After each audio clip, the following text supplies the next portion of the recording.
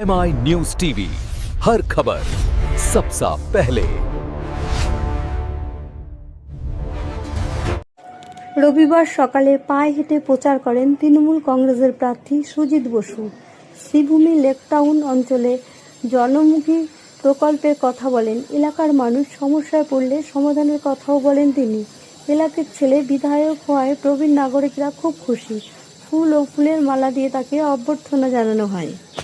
মানুষ সারা বছর আমার সাথে আছে, আমিও মানুষের সাথে আছি।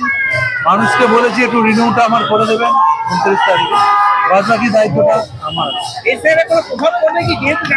এসআইআর প্রভাব তো পড়বে, যেভাবে এসআইআর মানুষকে হয়রানি করা হয়েছে তার একটা প্রভাব।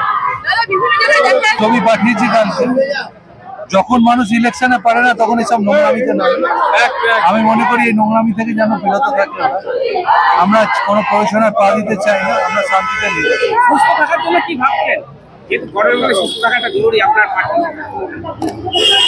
সুস্থ থাকার জন্য সাধারণ লাইট খাবার, হালকা পানীয়, এটা মানুষকে আমি ধন্যবাদ জানাচ্ছি।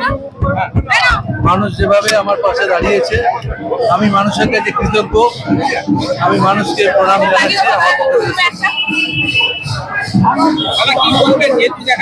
বলার কিছু অপেক্ষা রাখার সময়ের অপেক্ষা,